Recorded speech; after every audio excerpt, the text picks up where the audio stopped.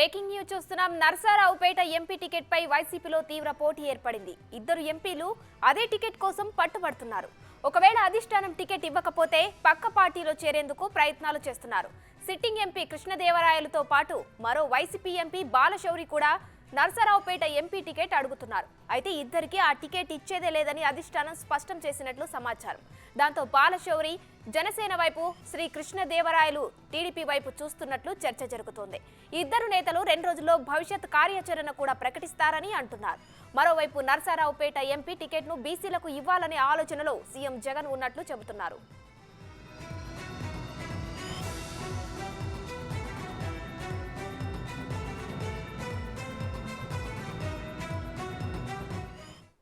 Narasaraopet MP ticket పై వైసీపీలో తీవ్ర పోటీ ఏర్పడింది. దీనికి సంబంధించిన ఫుల్ డీటెయిల్స్ మా ప్రతినిధి శివ లైవ్ లో అందిస్తారు. శివ, చెప్పండి. నర్సారావుపేట ఎంపీ టికెట్ కు సంబంధించి ఇద్దరు పోటీ పడుతున్నారు. ఒకరు జనసేన వైపు చూడడానికి, ఒకవేళ టికెట్ రాకపోతే ఒకరు జనసేన వైపు, ఒకరు టీడీపీ వైపు చూడడానికి ప్రయత్నిస్తున్నారు. దీనిపై అప్డేట్స్ ఏంటి?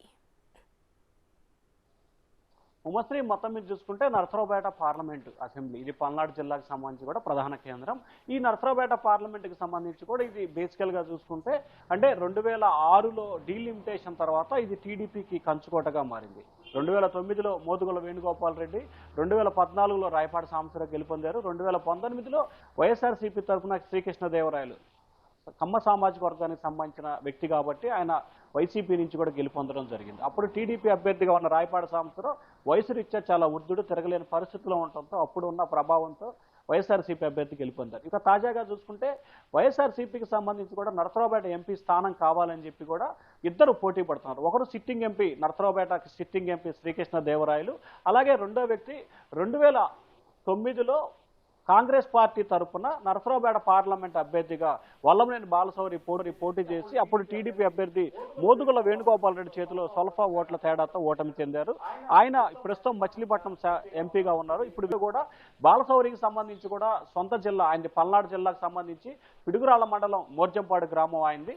ఇక కృష్ణదేవరాయలకు సంబంధించి కూడా ఆయనది గుంటూరు జిల్లాకు సంబంధించిన వ్యక్తి. డీలిమిటేషన్లో ఆయన విడిపోయిన జిల్లాకు సంబంధించిన వ్యక్తి. అయితే సిట్టింగ్ స్థానం తనకు ఇవ్వాలని చెప్పి తన సామాజిక వర్గం ఓట్లు ఎక్కువ ఉండటంతో పాటు ఇది నన్ను ఖచ్చితంగా చీల్చుకొని మరోసారి గెలుస్తానని చెప్పి కృష్ణదేవరాయలు పట్టుబడుతున్నారు. కానీ అధిష్టానం మాత్రం మీరు గుంటూరు వెళ్ళాలని చెప్పి కూడా అధిష్టానం ఆయనపై ఒత్తిడి చేస్తూ ఉంది. నిన్న ముఖ్యమంత్రి క్యాంపు కార్యాలయంలో కూడా ఆయన కలవడం జరిగింది. కలిసిన తర్వాత కూడా ముఖ్యమంత్రి కార్యదర్శి ధనుంజయ రెడ్డి మీరు గుంటూరు పార్లమెంట్ నుంచి పోటీ చేయండి అని చెప్పి స్పష్టమైన ఆదేశాలు జారీ చేశారు. అయితే ఆయన ఏమీ చెప్పకుండా అక్కడి నుంచి మౌనంగా వెళ్ళిపోయినట్లు కూడా తెలుస్తూ ఉంది. ఇక మరొక వైపు అదే స్థానానికి సంబంధించి కూడా ప్రస్తుతం మచిలీపట్నం ఎంపీగా ఉన్న బాలశౌరి కూడా ప్రస్తుతం ఆయన మచిలీపట్నంలో టికెట్ లేదని చెప్పి అధిష్టానం చెప్పడంతో తన సొంత జిల్లా నర్సరావుపేట ఎంపీగా ఇవ్వాలని చెప్పి అధిష్టానాన్ని కోరారు. కానీ అధిష్టానం మాత్రం ఆయనకి ఇప్పటివరకు ఎటువంటి సానుకూల స్పందన లేదు, చూద్దాం చేద్దామని చెప్పారు. కానీ టికెట్ ఇచ్చే అవకాశాలు లేవని చెప్పి తెలుస్తున్నారు. ఈ నేపథ్యంలోనే మచిలీపట్నానికి సంబంధించిన కొంతమంది అధికార ప్రతిపక్ష పార్టీలకు సంబంధించిన నేతలు బాలశౌరి జనసేన నేతలతో టచ్లోకి వెళ్లారు. జనసేనకు సంబంధించిన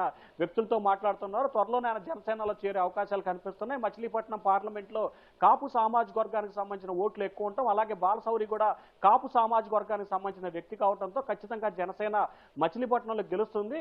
పొత్తులో భాగంగా కూడా జనసేనకు వచ్చే అవకాశాలు కనిపిస్తున్నాయి. సో ఈ నేపథ్యంలో బాలశౌరి జనసేన తరఫున పోటీ చేస్తారని చెప్పి కూడా ఆయనకు సంబంధించిన నేతలు అయితే ఇప్పటికే విస్తృతంగా ప్రచారం చేస్తున్నారు. మరికొంతమంది టీడీపీ జనసేన నేతలైతే మాత్రం సోషల్ మీడియా వేదికగా కూడా త్వరలో బాలశౌరి అని చెప్పి కూడా పోస్టులు పెడతా ఉన్నారు. ఇక వీరిద్దరు అంశానికి సంబంధించి ఈ విధంగా ఉంటే తాజాగా మరొక వ్యక్తి కూడా తెర మీదకి రావడం జరిగింది. మాజీ ఎంపీ టీడీపీ నుంచి వైసీపీలో చేరిన మోదుగుల వేణుగోపాల్ రెడ్డి కూడా తనకు నర్సరావుపేట ఎంపీ ఇవ్వాలని చెప్పి కోరుతా ఉన్న పరిస్థితి కనిపిస్తుంది. సో ఈ ముగ్గురు వ్యక్తులు కూడా ప్రస్తుతానికి టికెట్ ఇచ్చేది లేదని చెప్పి భావిస్తోంది. కానీ వైఎస్ఆర్ కాంగ్రెస్ పార్టీ అధిష్టానం మాత్రం నర్సరావుపేట పార్లమెంటుని బీసీకి ఇవ్వాలని చెప్పి ఒక ప్రపోజల్ తయారు చేస్తుంది. దీంట్లో 2 పేర్లను కూడా ఇప్పటికీ అధిష్టానం పరిశీలన చేసింది. ఒకటి నెల్లూరు సిటీ శాసనసభ్యుడు మాజీ మంత్రి అనిల్ కుమార్ యాదవ్ని, 2 గురజాలకు సంబంధించిన మాజీ శాసనసభ్యుడు ప్రస్తుతం ఎమ్మెల్సీగా ఉన్న జంగా కృష్ణమూర్తి యాదవ్. కేవలం యాదవ సామాజిక వర్గానికి సంబంధించిన వ్యక్తులను ఈ పార్లమెంట్లో గెలపాలని చెప్పి కూడా వైఎస్ఆర్సీపీ భావిస్తూ ఉంది. ఎందుకంటే బీసీల ఓట్లు, ఫస్ట్ చౌదరుల ఓట్లు, ఆ తర్వాత బీసీల ఓట్లు అత్యధికంగా ఈ పార్లమెంటు పరిధిలో ఉన్నాయి కాబట్టి బీసీని పెడితే కనుక ఖచ్చితంగా గెలుపొందే అవకాశాలు ఉన్నాయని చెప్పి వైఎస్ఆర్సీపీ భావిస్తూ ఉంది. ఈ నేపథ్యంలోనే వీరిద్దరిని కాదని ఈ ఇద్దరు బీసీలో ఒక వ్యక్తికి ఇవ్వాలని చెప్పి పార్టీ అధిష్టానం అయితే ఒక ఆలోచన చేస్తా ఉంది. దానికి సంబంధించిన రానున్న 2-3 రోజుల్లో స్పష్టత వచ్చే అవకాశాలు కనిపిస్తున్నాయి. మరొక వైపు నరసరావుపేట కనుక పార్లమెంట్ స్థానం ఇవ్వకపోతే వీరిద్దరు కూడా త్వరలోనే భవిష్యత్ కార్యాచరణ ప్రకటించే అవకాశాలు కనిపిస్తున్నాయి. ఆ పార్టీలో కొనసాగటమా లేకపోతే కృష్ణదేవరాయలకు సంబంధించి దాదాపుగా 2 సంవత్సరాలుగా ఆయన టీడీపీలోకి వెళ్తారని చెప్పి విస్తృతంగా ప్రచారం జరుగుతుంది. వైఎస్ఆర్సీపీకి సంబంధించిన నేతలే స్వయంగా మా ఎంపీ టీడీపీలో చేరుతున్నారని చెప్పి అనేక సందర్భాల్లో చెప్పారు. సో ఈ నేపథ్యంలోనే ఆయన త్వరలో టీడీపీ తీర్థం పుచ్చుకుంటారని చెప్పి కూడా షికార్లు చేస్తా ఉన్నాయి. మరి రానున్న 2-3 రోజుల్లో దీనికి సంబంధించి అయితే స్పష్టత వచ్చే అవకాశాలు కనిపిస్తున్నాయి. వీరిద్దరు ఆశించిన నరసరావుపేట పార్లమెంట్ మాత్రం అధిష్టానం వీరిద్దరికి ఇచ్చే అవకాశాలు అయితే లేవు. Right, thank you Shiva.